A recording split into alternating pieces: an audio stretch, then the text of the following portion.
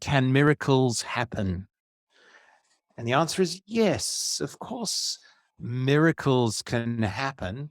And you go, well, why do you think miracles can happen, Mark? Well, I'll give you a very short answer from physics, right? If you think of God as energy, well, if you think of all matter, everything is energy, right? You're really just a flow of energy, and that's what it is. And so the question is, where did that energy come from? You've got two answers. One, miraculously, the energy just appeared, boom, from nowhere. Okay. The Big Bang just appeared, boom. Well, we don't know. And of course, that takes a lot of faith to believe that it just appeared from nowhere, right? But that's the answer that a lot of people would give. And just a miracle happened. So the miracle happened at the beginning because out of nothing, something came. Now, that's problematic for us because we know that in this world, nothing comes from nothing. Everything is caused by something. Energy can't be created or destroyed in our experience in this world. It always is. It just gets changed in form. That's one answer. The other answer is, well, no, the created world, this present arrangement of energy that we inhabit was formed by God, who is the ultimate always existing source of energy beyond this created reality. So God is pure energy, spoke, and by his word, he rearranged the energy that was pre-existing into the form of this world. Now, you've just got a choice. It takes more faith to believe that somehow, boom, the energy just appeared, or, hey, there was a God whose pre-existing energy who formed this world. Both views take faith. Okay, so just pick what you're going to choose to put your faith in. Now, if you think that this world was just created by God forming energy, matter out of energy, then it seems to me entirely reasonable, or at least not unreasonable, and certainly believable that God could take 5 loaves and feed a bunch of people with that, because all he's doing is rearranging the energy in the bread and in that is already flowing through and connecting all of us all the time. And he's simply in that moment rearranging energy into a form that can feed us. That's not conceptually problematic, is it? That's not hard to understand. It can be hard to believe because we don't experience it all the time, but it's certainly not hard to believe. So we'll put that out. So I think this, you can say, yeah, this actually really happened. And sure, you got to believe it. You got to takes a bit of faith, but gee, all of life takes faith. So you go, okay, Mark, thank you for that little philosophical introduction. What does this mean in your life? Does it mean you never have to go to Baker's Delight anymore? Because if you really believe you'll have an endless supply of bread, is that the take-home message? No, I think there's something more profound going on. I think this is a picture of how God wants to work with us in the world to do 2 things: to meet human needs and to grow us up in the meeting of those needs. Okay, what do I mean by that? What do I mean by that? Well, here's how. Imagine if you're a kid and you're with your parent and they're showing you how to do something. Maybe it's baking a cake with your dad, or doing flower arranging with your dad, whatever it is, or your mum, I guess. I'm just trying to be very inclusive here. When you're learning from someone, what's the process of learning a skill from somebody? Okay, what's the first step in the process of learning a skill? You watch. Okay, one step before that, motivation. You've got to want to do this thing, right? Like, you got to want to do the thing. So you go, hey, Dad, show me how to change the spark plugs on my Datsun 120Y.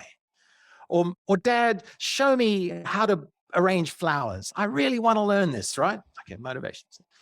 And then what you need is you've got motivation. What happens when you look at the task, you're motivated to do it? What's the next thing that happens? You become aware of your need, that you need help, don't you? You go, yeah, I can't do this myself.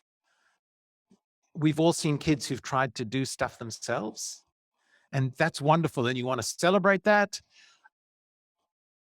but it often ends up in a great mess if they don't ask for help. So you go, I'm motivated, I want to do this thing, I give it a go myself, it's a mess, then I ask for help. Okay, then what happens? Well, assuming your your mentor, your dad teaches you how to do it, shows you first. Yeah, okay, so you show them. And then what happens? Once you watch dad do it a couple of times, what happens next? Try it for yourself. Okay, try it for yourself. And so what happens is dad or mum steps back and goes, now why don't you give it a go? And then what happens? You botch it up. You don't get it right perfectly. And then what happens? You keep refining it. Well, dad steps in and helps you, and together you make it work together. So dad gets involved and works it out. What's the end goal of that process from the parent's point of view? What's the desired outcome? That you can do the thing that you set out to do. Yeah. And one of the challenges for parents, isn't it, is that it's often so much easier and quicker just to do it yourself.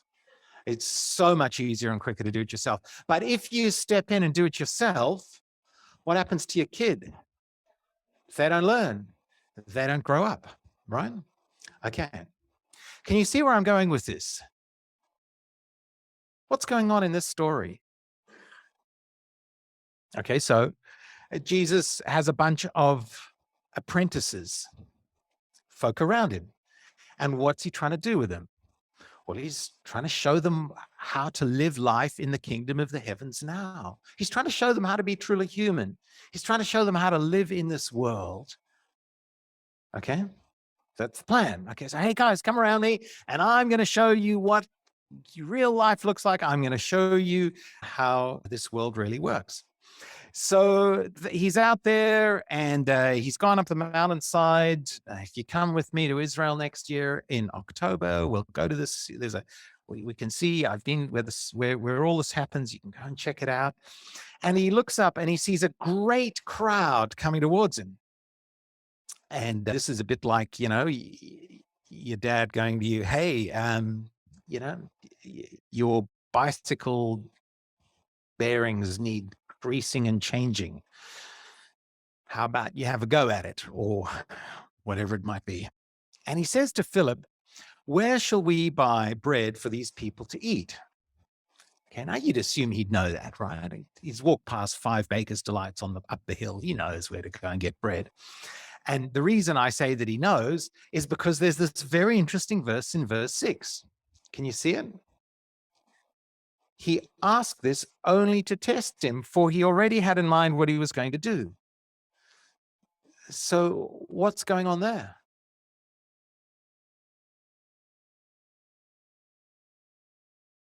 So if you step back and you think about the image I just set up of a parent coaching, training somebody, or a master training an apprentice, this happens in every area of life. This is exactly what would happen. Well, I want to see if you've learned. Can you do this now? It's the dad or the mum or the teacher or the master stepping back and going, hey, here's the situation. We've been working in this world. We've been doing stuff now. Why don't you have a go? And particularly, what's he having a go at? Well, what's happened is Philip has seen that there is a vast amount of human need, and he wants to meet that need. Okay, so there's the need, the motivation. Here are these hungry people. What are we going to do? I'm motivated to do it. I don't know what to do. I come to Jesus. I see the need. I come to Jesus. I said, what are we going to do? And Jesus goes, that's a really good question. What do you think we should do? How do you think we should go about solving this, right? And of course, it was a test, just like any master would be watching, step back and watching you going, oh, okay, let's see if you've really learned how to fix that car. Let's see if you really learned which flowers go which flowers in the arrangement, or, how to hold that saw, how to use that nail gun.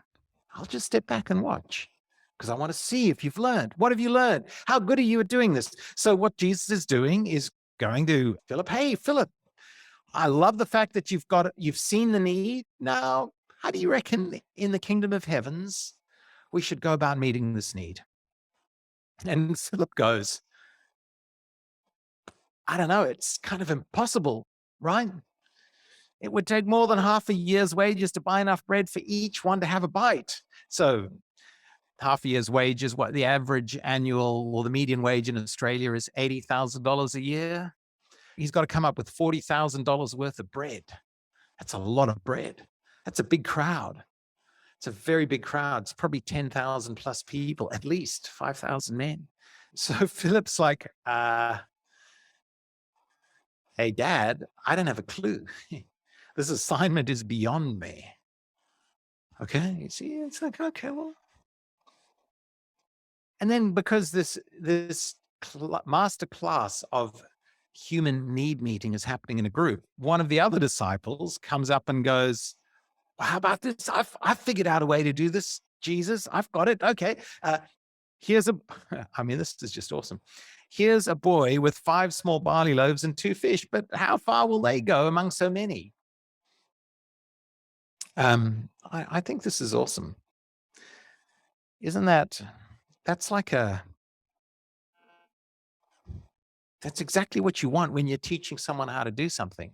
I'm trying to respond. I'm doing my best. I'm looking around. I'm going, okay, I don't have $40,000 to go and buy bread, but here's something. Can you do something with this? I don't know. Like, is this what I'm supposed to be suggesting, Jesus? I don't know. And what's lovely is Andrew's taking the initiative. He's taking a risk. I mean, there's a big risk in that, right? Like Andrew, he would have known that this was a very inadequate response, right? But he gave it a go. He gave it a go. And isn't that what we want with people? Like, give it a go. Like, don't just sit there passively waiting for mom or dad to solve it. Have a go. Try it. Take a risk. Do something. Don't just sit there. Try something. And on what's Jesus' response?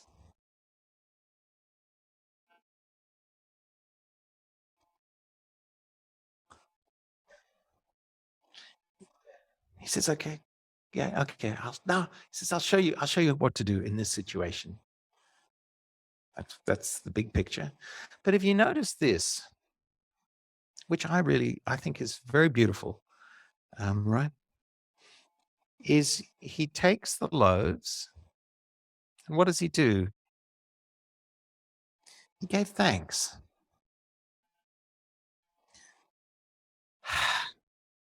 What do you think what was he giving thanks for?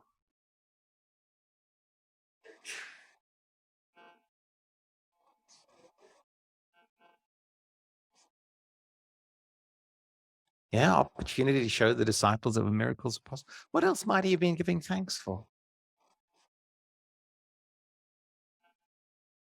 Everyone there? Signs of faith, yeah. The Lord provides. The disciples, so this is what I think. And I think it's all there. Like, he looks at this very, very inadequate attempt to meet this vast human need. This very, very pitiful, inadequate attempt. And he gives thanks for it. He doesn't shame Andrew. Like, oh, mate, are you kidding me? Like, what do you think? You moron. Maybe that's going back to Melinda's childhood, and we'll just workshop a bit of your childhood trauma here.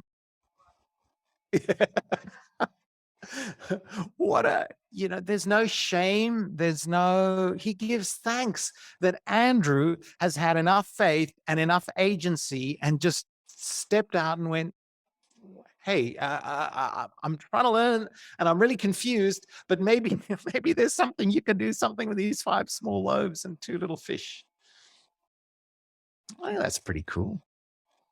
And, as a parent, I so identify that when you see your kids try to solve a problem and learn a new skill, even when they stuff it up, it fills your heart with joy, uh, and slight terror as you calculate the cost of fixing whatever it is. But joy, yeah, roll,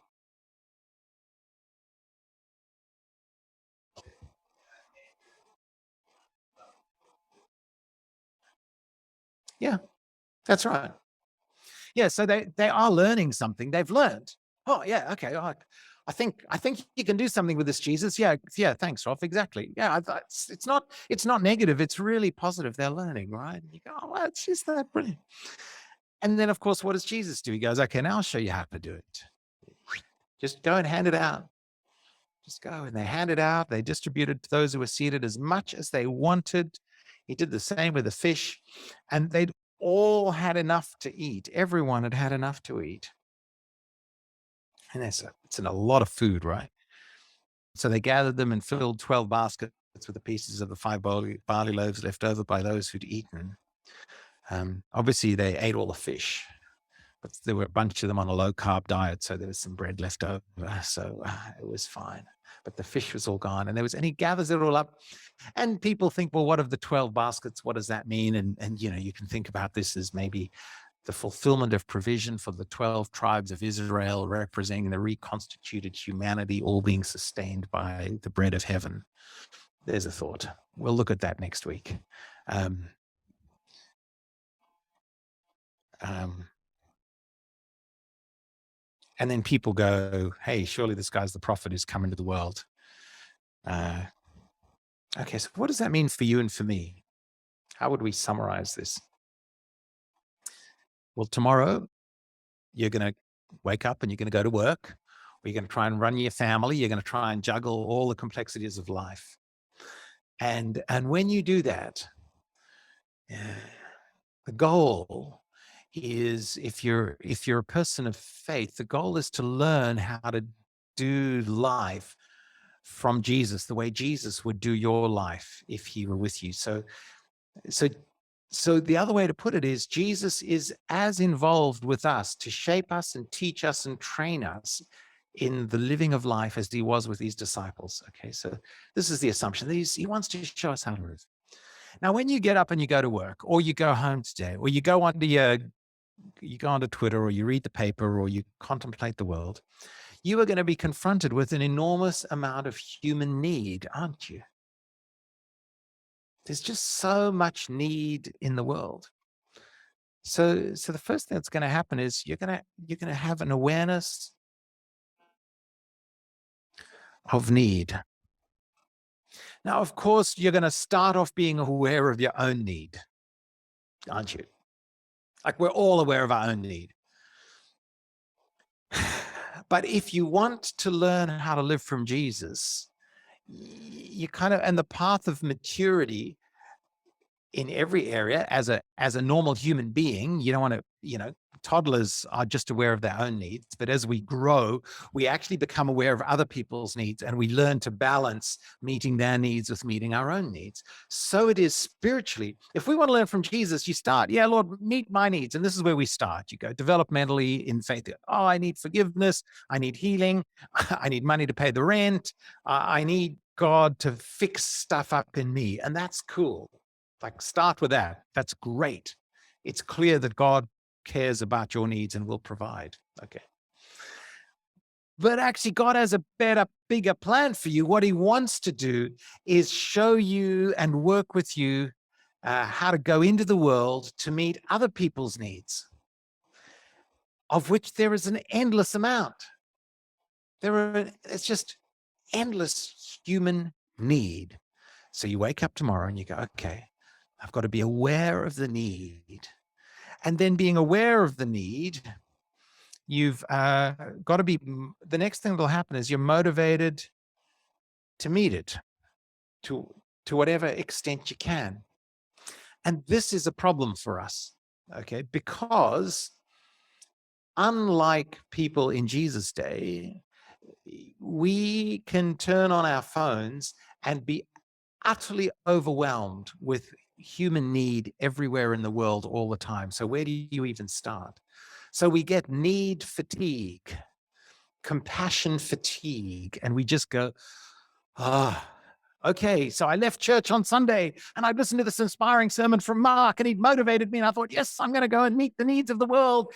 And then you get to Monday lunchtime and you go, oh my goodness, I'm just done. I can't even, you just go, if you go into your average office and you start listening to people and you scratch beneath the surface, the amount of human need you will encounter just in the happy middle class people who are working with you is enormous. Every one of us carries a huge burden of brokenness and disappointments and hurts and fears and unmet needs. It's everywhere if we'll see it. So we have to maintain a motivation to go, okay, well, what do I do? I want to address these needs. So this is really important. The path of true spirituality, of following Jesus, is seeing need and then actually being motivated to address human need. And then, of course, what you got to do is you've just got to act. Well, actually, let me back it up. I'm not exactly, because there's a bit of a recursive thing here. You pray, let's do it that way, and then you act. And you're not sure which comes first sometimes. So you see the human need, and then you do a Philip, you go find the little bread and barley from the kid. You act, and then you talk to God about the acting, and you say, help me, I want to do this. How do I go about this? But you actually act. You step out and you say, I'm going to give it a go. I'm going to try. Okay, Jesus, and you do it with Jesus. There's this deep, the pattern of spiritual growth is that you do this in conscious cooperation with Jesus, that he's with you. And the picture I'd encourage you to hold in your head is Jesus is like your master and you're the apprentice. Or he's like, if you had a good experience of a parent teaching you something, or a coach coaching you in some way, think of him as that, like, okay, I want to do this. So now I'm going to give it a go and I'm going to be talking to him all the time about this. Well, how about this? How about that? What should I do? See how it works? But you got to act. You got to actually go, yeah, I'm going to get out of my whatever it is and I'm going to act. So now you can do this even in your workplace. You can look around at the needs you will encounter just with the people in front of you. And you can say, God, show me, help me be aware of the real human needs people around me have. Give me the motivation, the desire to look beyond just my own needs to actually help them, and then take a step towards them in meeting their needs while you talk to Jesus about it. And who knows what will happen. And then you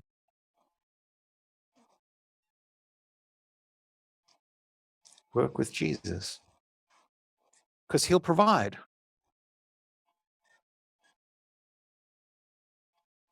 You work with Jesus as he provides. Many of us, we will only grow spiritually to be like Jesus to the extent that we actually work with him in this process. Because this is the process by which all of us grow humanly. There's nothing magical or mystical here. But if we don't do this, we won't grow. We'll just stagnate. If all we think about is our own needs, we won't learn from Jesus to live the way he wants us to live. We'll just be stuck developmentally, won't we? And it's easy to get stuck, isn't it? Like, think about it. I just don't want to see everybody's need because it's overwhelming, isn't it? It's just hard. I spend way too much time at the moment looking at Twitter feeds from Ukraine, and I have to limit it because it's actually overwhelming. But then I just dive down into, I mean, the role I have in this community amongst you is I just know how much human need there is in this room.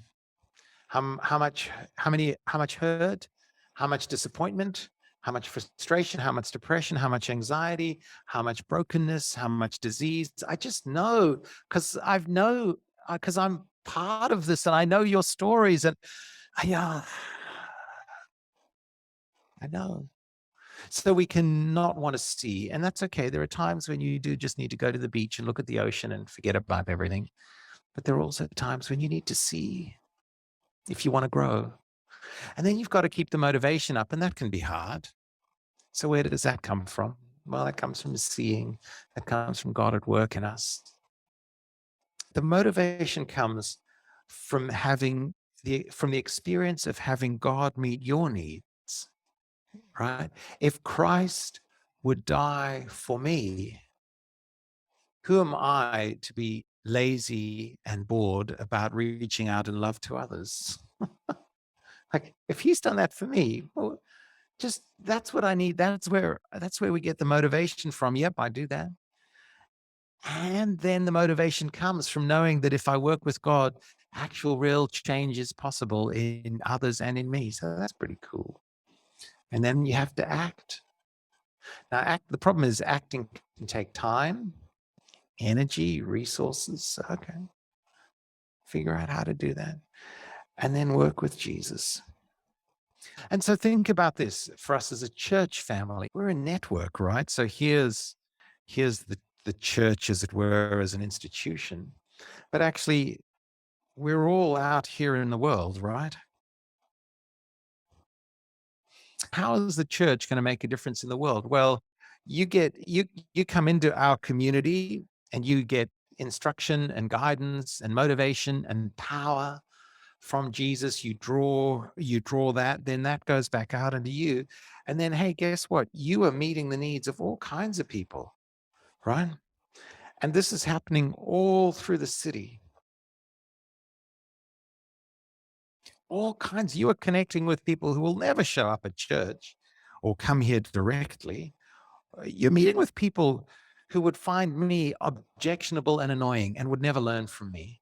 You're meeting with people who could never, yet never, they live on the other side of Sydney or the other side of the world, or they can't speak English, or they could never come here on a Sunday. But as you live with Jesus, you're meeting these needs, right? And you go, wow, in all these people, right? That's amazing. That's a lot of needs. That's a lot of people we can connect with.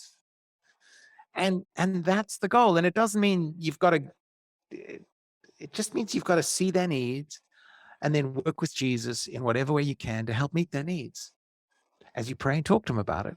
And that's all you got to do. And let me tell you, as you do that, you'll discover that you'll grow spiritually enormously. In fact, you'll grow far more if you do this than if you just sit around waiting for God to miraculously grow you or make your life comfortable. Because sometimes I think this is what we do. We sort of go, if I come to church, and I'm not saying any of you here do this at all, but we sort of think, hey, if I come to church here and I'm a good person and I come to church, then somehow sitting here, there'll be some magic transformation that will happen by the process of singing and listening and talking. Now transformation will happen for sure. I'm like, otherwise, hopefully we wouldn't be doing this.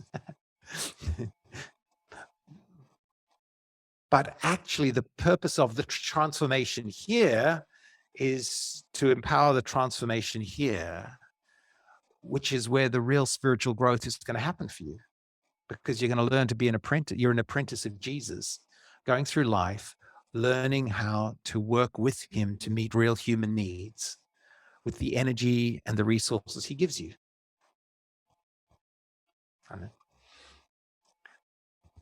I should stop talking. I feel like it's so simple.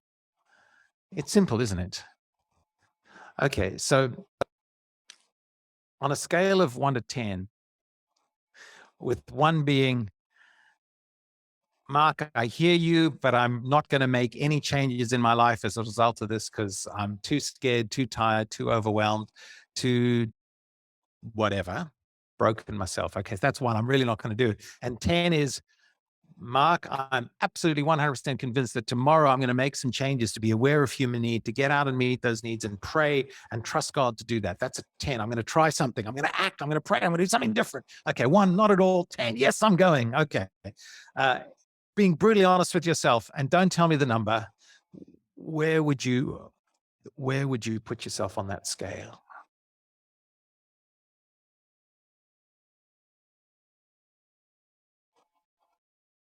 No, don't tell me. No, I'm just